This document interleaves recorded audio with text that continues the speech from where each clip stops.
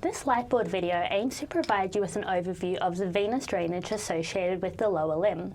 So remembering that the venous drainage consists of both a superficial and a deep drainage system, in which the superficial veins have to essentially drain back into the deep system.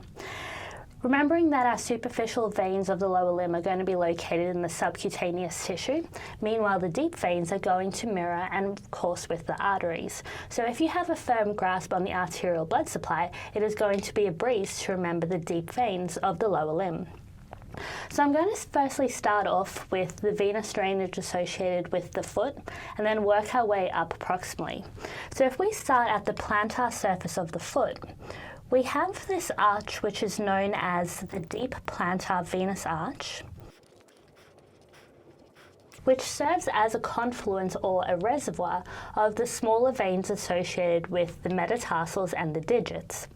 Our deep plantar arch is then going to give rise to two main veins. So these veins are going to course with the medial and the lateral plantar arches of the foot, and these are called our medial plantar vein, and then we're going to have our lateral plantar vein. As soon as we then reach the level of the malleoli of the ankle, our medial and our lateral plantar veins are going to form a confluence,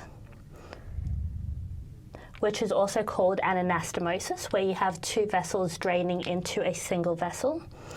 And this is going to be our posterior tibial vein.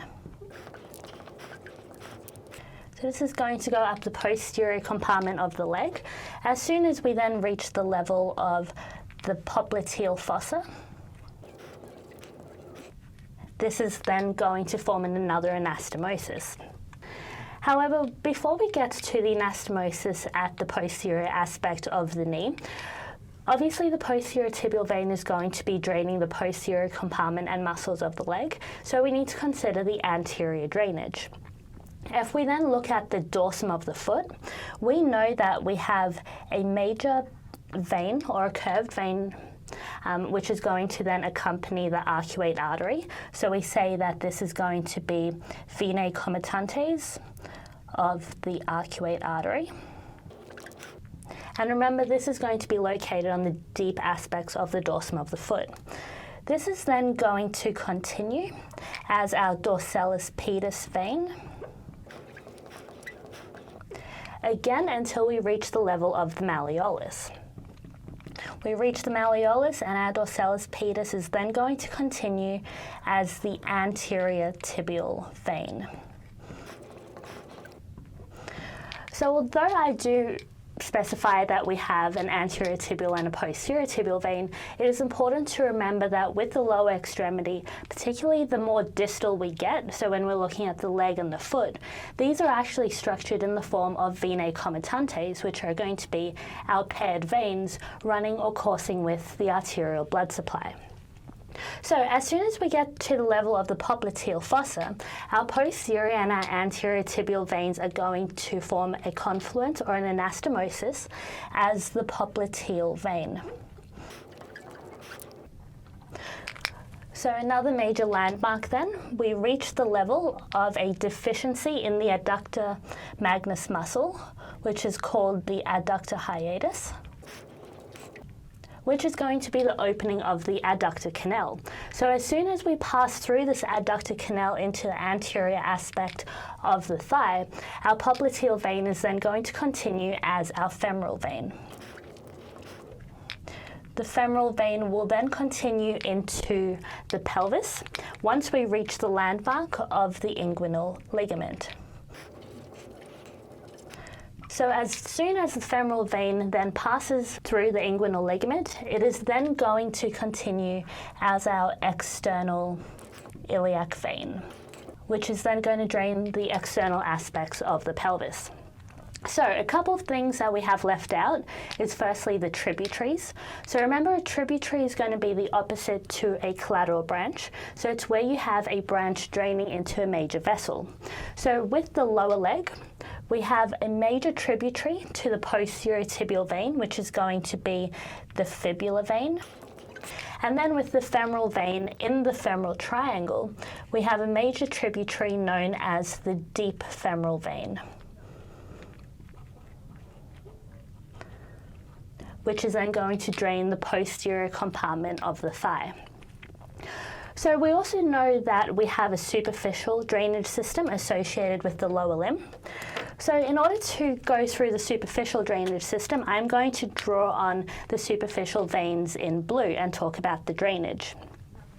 So firstly, if we're talking about the foot once again, on the dorsum of the foot this time, we have a superficial arch, which I'm going to draw or superimpose on the plantar surface just for the purposes of this drawing.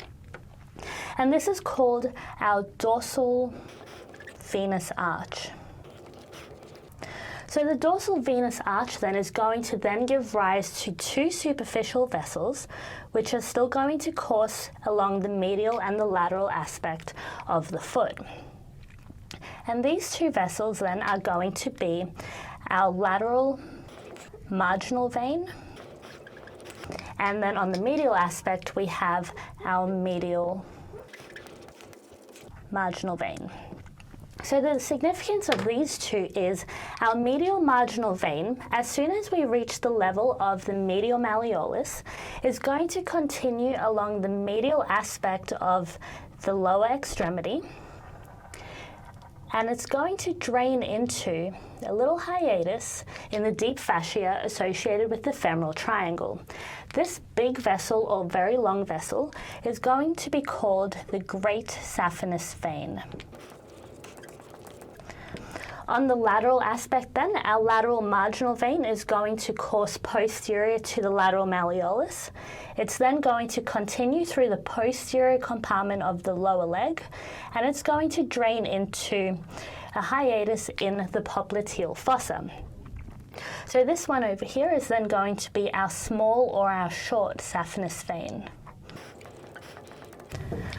So this then provides you with an overview of the superficial and the deep blood supply or drainage associated with the lower leg. Please make sure that you are familiar with the correct terminology that we use to describe the origins and termination of vessels, particularly the continuation, what a confluence or an anastomosis is, and what a tributary is. Thank you very much for your attention.